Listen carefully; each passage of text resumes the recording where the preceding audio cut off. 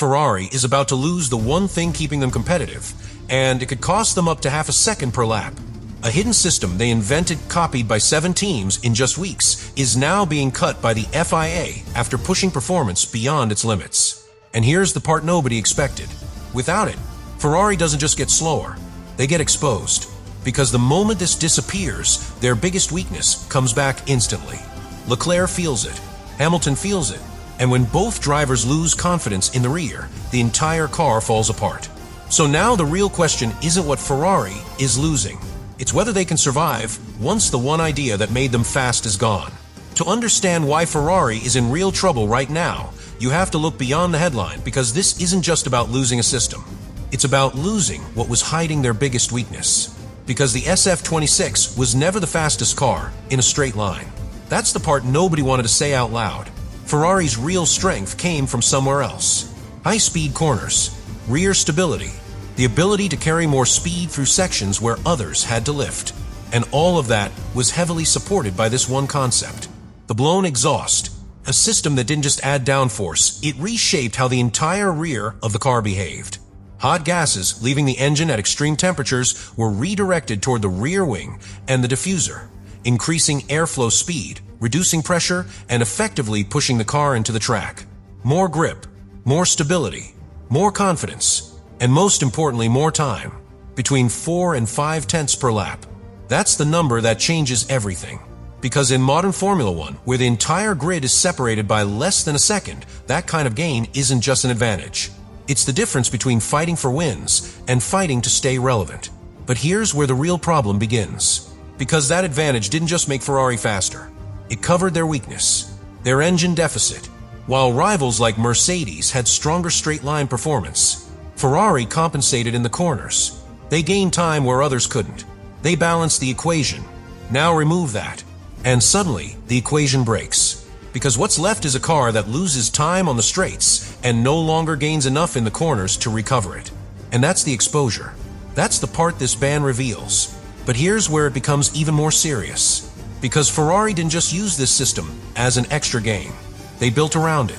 According to the technical breakdown, the Miami upgrade package included major changes to the floor, diffuser, rear suspension, and rear wing, all designed to work together with this concept. So when the FIA cuts it, it's not one component disappearing. It's an entire structure losing its foundation. And that creates a chain reaction. Less rear grip, less stability in fast corners, more tire degradation, more unpredictable behavior at the limit. And that's exactly what drivers feel first.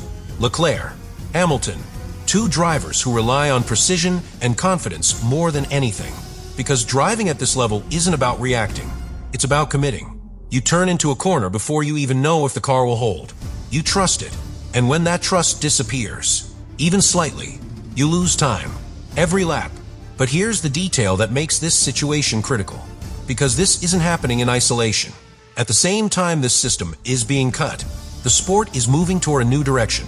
More combustion power, less reliance on electric systems, which makes straight-line performance even more important. And that's exactly where Ferrari is already behind. So now combine both things. Less aerodynamic advantage, same engine deficit, and the result becomes very clear. Ferrari risks becoming a team that is not the fastest in corners and not the fastest on straights. And in Formula One, that's the worst possible position. But here's where the story takes another turn. Because while Ferrari is losing more than anyone, others are gaining. Teams that didn't depend as heavily on this system. Teams with stronger engines. Teams with more balanced concepts. They don't fall as far. They adapt faster. And that's how the competitive order begins to shift. Quietly, but decisively. So when people say Ferrari is in trouble, it's not just about losing speed. It's about losing balance. Losing direction, and most importantly, losing the one thing that was keeping them in the fight. And this is where the situation becomes even more dangerous, because now Ferrari isn't just dealing with a loss of performance. They're dealing with a loss of direction. Before this decision, everything was clear. They had a concept. They had a strength. They knew exactly where their lap time was coming from. Refine the rear, improve the airflow, push the same idea further. That was the path. Now that path is gone. And when a team loses its direction in Formula One, something very subtle begins to happen. Decisions slow down. Doubt starts to creep in, because every option carries risk. Do you try to recover the lost downforce, knowing the FIA is already limiting that area? Or do you abandon the concept completely and start from zero? Neither choice is safe. And that's the problem. Because while Ferrari is questioning everything, other teams are not. Some teams never relied on this system as heavily. Their cars are built differently, more balanced, less dependent on extreme rear aerodynamics, which means when this system disappears, they don't collapse. They adjust, small changes, minor corrections, and then they keep moving forward. But Ferrari can't do that. Ferrari has to rethink everything, and that takes time. Time to redesign, time to test, time to understand what works again. And in Formula One, time is the one thing you can't afford to lose, because development never stops. Every race, every update, every simulation, your rivals are improving, even if it's just a little. And that's how gaps are created. Not in one moment, but over many small ones. But here's where the story takes a critical turn. Because sometimes losing your biggest advantage forces you to find something even better. Because when one path disappears, you're forced to explore others. Ideas you wouldn't have considered before. Concepts that were hidden, ignored, or simply not needed. And Ferrari has done this before. They found this system when nobody else was looking. They turned a simple exhaust into one of the most powerful aerodynamic tools on the grid.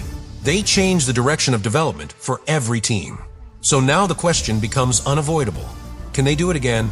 Because if they can, this moment doesn't become a collapse. It becomes a reset, a transition into something new, something just as powerful, maybe even more.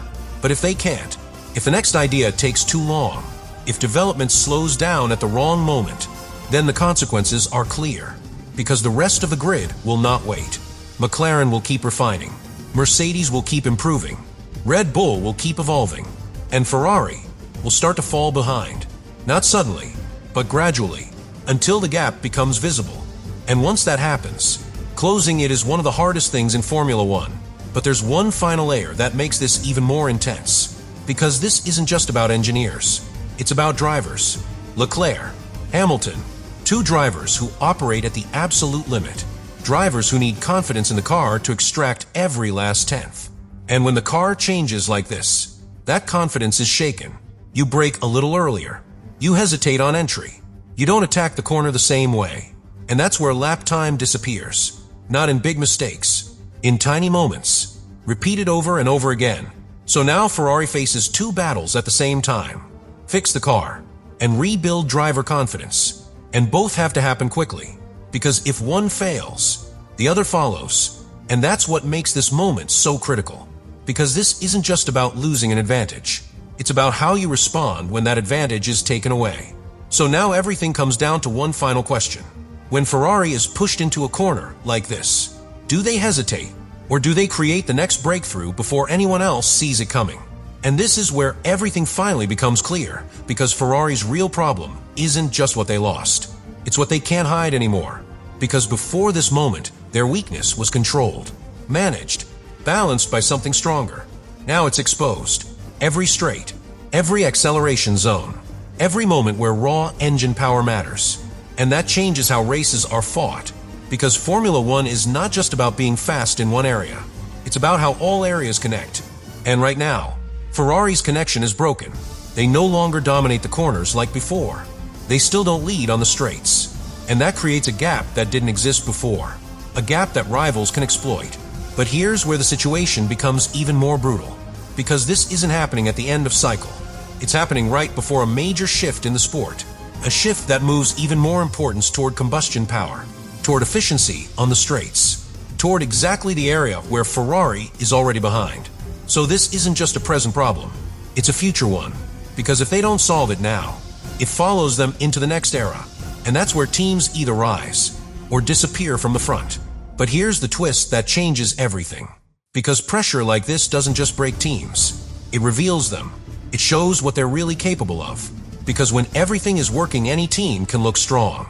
But when something critical is taken away, only the best find a way forward. And Ferrari now has no choice. They have to respond. Not slowly, not cautiously, but decisively. They need a new idea, a new direction, A new source of performance that doesn't depend on what they just lost. And that's where the real race begins. Not on track, behind the scenes, in design rooms, in simulations, in decisions no one outside the team can see. Because while the world is watching Ferrari struggle, Ferrari is already working on what comes next. And that's the part nobody can predict. Because if they find it, if they unlock something new, something just as powerful, then everything changes again. But if they don't, if the solution takes too long, then this moment becomes the turning point. The moment where Ferrari stopped fighting at the front and started chasing. So now, everything comes down to one final truth. In Formula One, you are only as strong as your next idea. And right now, Ferrari doesn't need to recover the past. They need to create the future before someone else takes it first.